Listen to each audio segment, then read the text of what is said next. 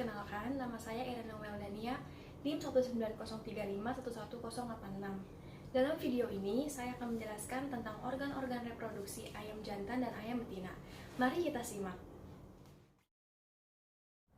Pada ayam jantan, di sini terdapat yang pertama testis, berbentuk seperti kacang dengan panjang kurang lebih 5 cm, berwarna putih selama musim kawin dan akan menjadi kekuning-kuningan pada masa tenang atau molting. Fungsi utama dari testis ialah memproduksi spermatozoa, seminal plasma, dan hormon testosteron. Spermatozoa merupakan sel kelamin jantan yang mutlak diperlukan untuk menghasilkan generasi baru melalui fungsinya yaitu membuti ovum. Kemudian ada epididymis yang berdekatan atau menempel pada testis. Setiap testis memiliki satu epididymis yang menempel pada dinding bagian luar testis. Merupakan saluran yang berbelah-belah yang berfungsi untuk alat transport, penyerapan air, pendewasaan, dan penyimpanan sperma.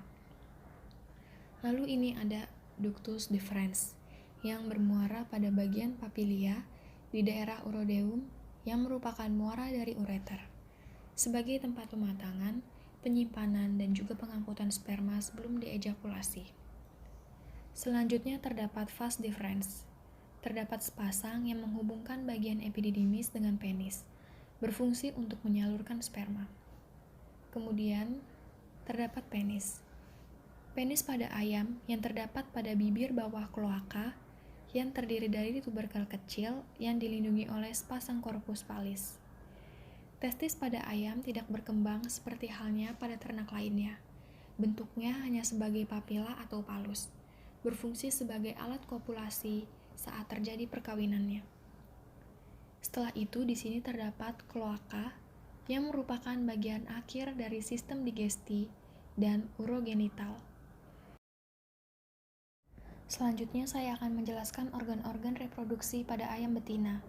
Pada ayam betina, di sini terdapat ovarium yang berbentuk seperti buah anggur dan terdapat di dalam rongga tubuh, berfungsi untuk menghasilkan sel telur bersama kuning telur dan penghasil hormon estrogen. Ovarium pada unggas disebut juga folikel yang terletak di rongga perut berdekatan dengan ginjal kiri. Ovarium bangsa unggas umumnya hanya sebelah kiri saja yang berkembang, sedangkan sebelah kanan lama-kelamaan akan regresi. Kemudian di sini terdapat oviduk, yaitu saluran yang menghubungkan ovarium dengan vagina dan juga digunakan sebagai saluran bagi spermatozoa menuju ke ovum untuk fertilisasi.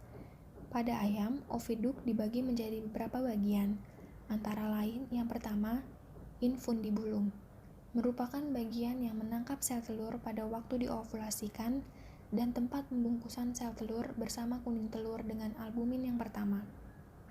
Lalu ada magnum, yang merupakan bagian oviduk terpanjang, kurang lebih panjangnya sekitar 30 cm. Fungsi dari magnum itu sendiri adalah menghasilkan albumin sehingga telur nanti memiliki dinding yang tebal dan berlipat. Kemudian di sini ada ismus, yaitu bagian yang mengeluarkan cairan dan material bersifat parafin, sehingga sel telur dan kuning telur yang telah dibungkus oleh albumin dilapisi membran telur sehingga bentuk telur berkulit lunak. Lalu di sini ada uterus. Uterus pada ayam berupa ruangan dengan panjang 8 cm. Pada uterus terjadi pembentukan kerabang telur yang merupakan lapisan kutikula dan juga terjadi deposisi kulit dan pigmen telur. Selanjutnya ini adalah vagina. Vagina merupakan bagian oviduk yang paling belakang. Vagina diakhiri dengan adanya bentukan kloaka sebagai bagian akhir dari saluran reproduksi. Vagina memiliki cincin sirkuler dengan lipatan pada permukaan sebagai tempat penyimpanan spermatozoa. Dan yang terakhir ada kloaka. Sebetulnya bukan termasuk alat reproduksi, tetapi perlu diketahui bahwa bagian ini merupakan pintu keluar telur, alat pengeluaran kotoran feses, dan apabila kloaka ini tidak terbuka, perkawinan tidak mungkin berlangsung. Nah, itu tadi adalah penjelasan mengenai reproduksi ayam jantan dan betina. Demikian penjelasan mengenai organ-organ reproduksi ayam jantan dan ayam betina. Sekian dari saya, terima kasih.